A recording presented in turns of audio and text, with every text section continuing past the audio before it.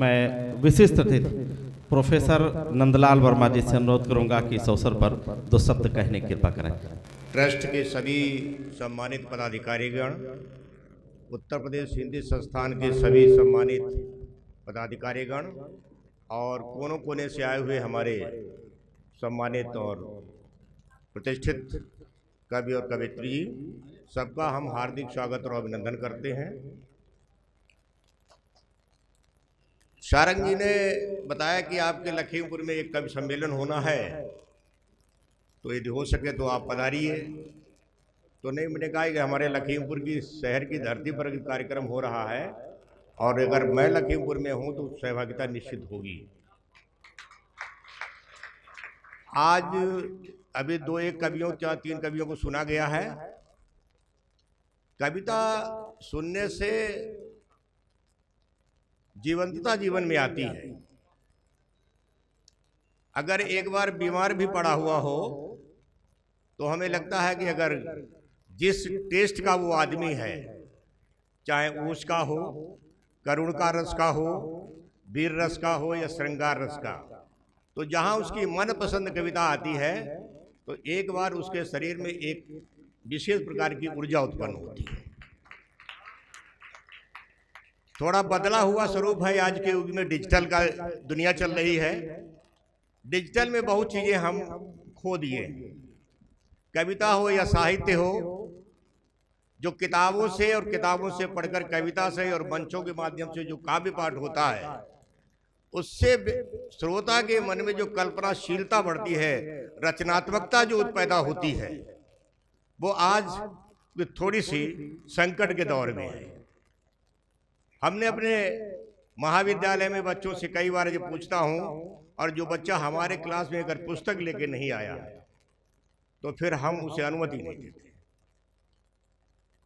क्योंकि वो 10,000 का मोबाइल खरीद सकता है लेकिन 2,000 की किताबें वो नहीं खरीद रहा है। ये आज की जो शिक्षा है, ये बहुत ही संकट के दौर में है। मैं आज के इस कवि सम्मेलन के शुभ अवसर पर हम सभी अभिभावकों से जरूर निवेदन करना चाहेंगे कि जो बच्चों का सबसे ज्यादा समय जो इस डिजिटल स्क्रीन पे जा रहा है, इस डिजिटल स्क्रीन पर बच्चों का फोकस मिनिमाइज कराइए। हम खत्म तो नहीं कर सकते हैं, साइंस एंड टेक्नोलॉजी का जमाना है, लेकिन ये जरूर हो सकता है कि बच्चों में और घर के सारे सदस्यों को ये मिनिमम इस पर समय जितना जरूरी होता है, क्योंकि एकेडमिक पर्पस के लिए जितना हो सकता है उतना किया जाए, लेकिन ये जो रील्स रूल्स की जो फोड़ता का परिचय आ गया है, तो इस पर थोड़ा सा बच्चों पर आप थोड़ा सा अनुशासन जरूर करें। नहीं तो आने वाले भविष्य में अगर आपने बचपन में बच्चों को पुस्तक पढ़ाने के लिए अगर आदत नहीं डाली, तो आगे चल करके आप उनसे ये कल्पना करेंगे पुस्तक पढ़ेंगे तो मेरे ख्याल से ये उम्मीद आपको छोड़ देनी चाहिए। बहुत अच्छा, वाह।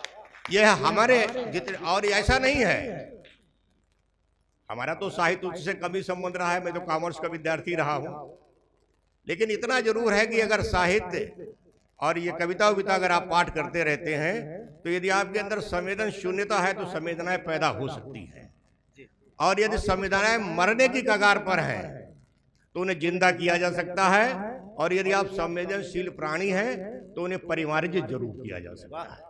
बहुत शानदार। एक मेडिकल साइंस की रिपोर्ट आ चुकी है कि डिजिटल रेस का बहुत ही बुरा प्रभाव आ रहा है।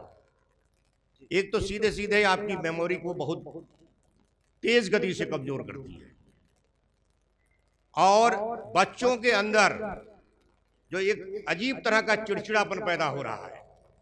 और देखा होगा कि जिन परिवारों में छोटे बच्चों में शुरुआती अवस्था में किसी भी काम करने के लिए उनके अंदर एक ललक पैदा करने के लिए आप सहारा दे देते हैं, जैसे बच्चा दूध नहीं पीता है, रोटी नहीं खाता है, तो सामने आपने स्क्रीन खोल दिया। ये बहुत से परिवारों में देखा है, अपने परिवारों में देखा मैंने कि बच्चा देख रहा है तो ध्यान उसका टेस्ट पे नहीं है, स्क्रीन पे है। अगर ये कल्चर आपकी लंबे समय तक चली तो हो सकता है कि जो स्वाद की इंद्री है वो बच्चे की फिर नहीं रह जाएगी। बहुत शानदार। डिजिटल है अब जो डिजिटल पर बहुत से कवि सम्मेलन हो जा रहे हैं, अब इस तरह के आयोजन हो रहे हैं, तो आज के दौर में ये बड़ी महत्वपूर्ण चीज़ है। तो जिन लोगों ने प्रयास किया है और जो हमारे कविगण हैं, साहित्यकार हैं, अगर धरातल स्तर पर इस प्रयास को जारी रखते हैं तो ये सामाजिक संवेदना कायम करने में एक बड़ी भूमिका अदा करेगा। मैं आप लोगों से यही उम्मीद करता हूं कि भले ही कितनी भी साइंस एंड टेक्नोलॉजी आ जाए, जो चीज़ इन काव्य मंचों से होती है वो मेरे ख्याल से डिजिटल इंडिया हमें नहीं दे सकती है। लोग कहते भी हैं सारी चीज़ें आप बहुत अच्छा। डाउनलोड कर सकते हैं, लेकिन बहुत सी भी ऐसी चीज़ें हैं आप जिन्हें आप डाउनलोड नहीं कर सकते हैं। मैं आज के इस अवसर पर सभी लोगों का मैं हृदय से आभार व्यक्त करता हूं। सारंग जी हमारे चूंकि परिचित नहीं थे, एक किसी रेफरेंस के माध्यम से आए, तो मैंने कहा कि ठीक है आइए, जितना समय हो सका दिया जाएगा।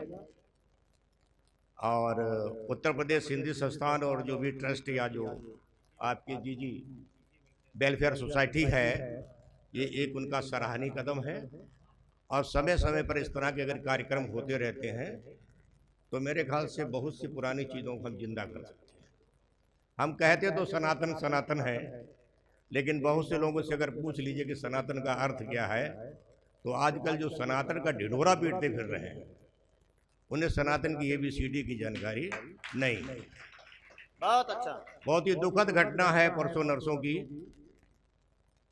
कि प्रयागराज में बहुत बड़ी हादसा हुआ और हमारे बहुत से लोगों की जान चली गई।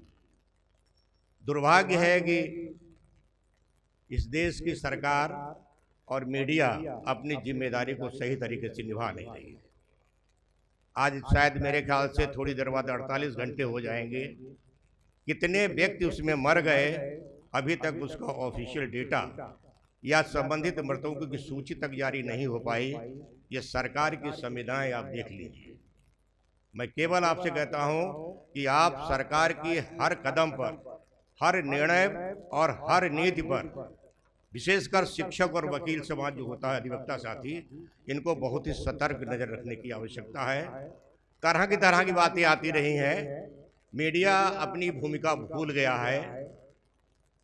जहां पर वो रोज रिपोर्टिंग कर रहा था कि आज इतने करोड़ लोग अमृत स्नान कर गए, जब जिनके लोग खोए हैं उनके आप बदहवासी के वक्तव्य सुनिए। वो ये कह रहे हैं कि हम यहाँ पर घर से क्या सोच करके आए थे और क्या लेकर के हम यहाँ जा रहे हैं। ये टीस हमारी जीवन भर हमेशा लिए खलती रहेगी। मेरे केवल कहना ये था कि अगर करोड़ आदमी बुला रहे हैं आप, तो उसी हिसाब से सरकार को व्यवस्था करना चाहिए थी। वीडियो देख रहे हैं, थोड़ा सा पीड़ा होती है कि घटना केवल संगम की दिखाई जा रही है, झूसी के पास उससे कई बड़ी घटना हुई है। ये आज वीडियो आया है। तो अगर इस तरह की घटनाएं होती रहें, मैं तो यही कहूंगा कि धार्मिक और आध्यात्मिक आयोजन को धार्मिकता और आध्यात्मिकता तक सीमित रखिए, उससे पॉलिटिकल इवेंट बनाने का प्रयास ना किया जाए। ये मेरे ख्याल से समाज के लिए हितकारी है और इस देश के लिए हितकारी है। इन्हीं शब्दों के बाद मैं सभी लोगों का दिल से आभार व्यक्त करता हूं और इस आदा और उम्मीद के साथ कि आप अपने बच्चों को डिजिटल स्क्रीन पर विशेष ध्यान रखिएगा, क्योंकि आगे चलकर ये बहुत बड़ी घातक बीमारी का रूप ले सकती है। जय हिंद, जय भारत।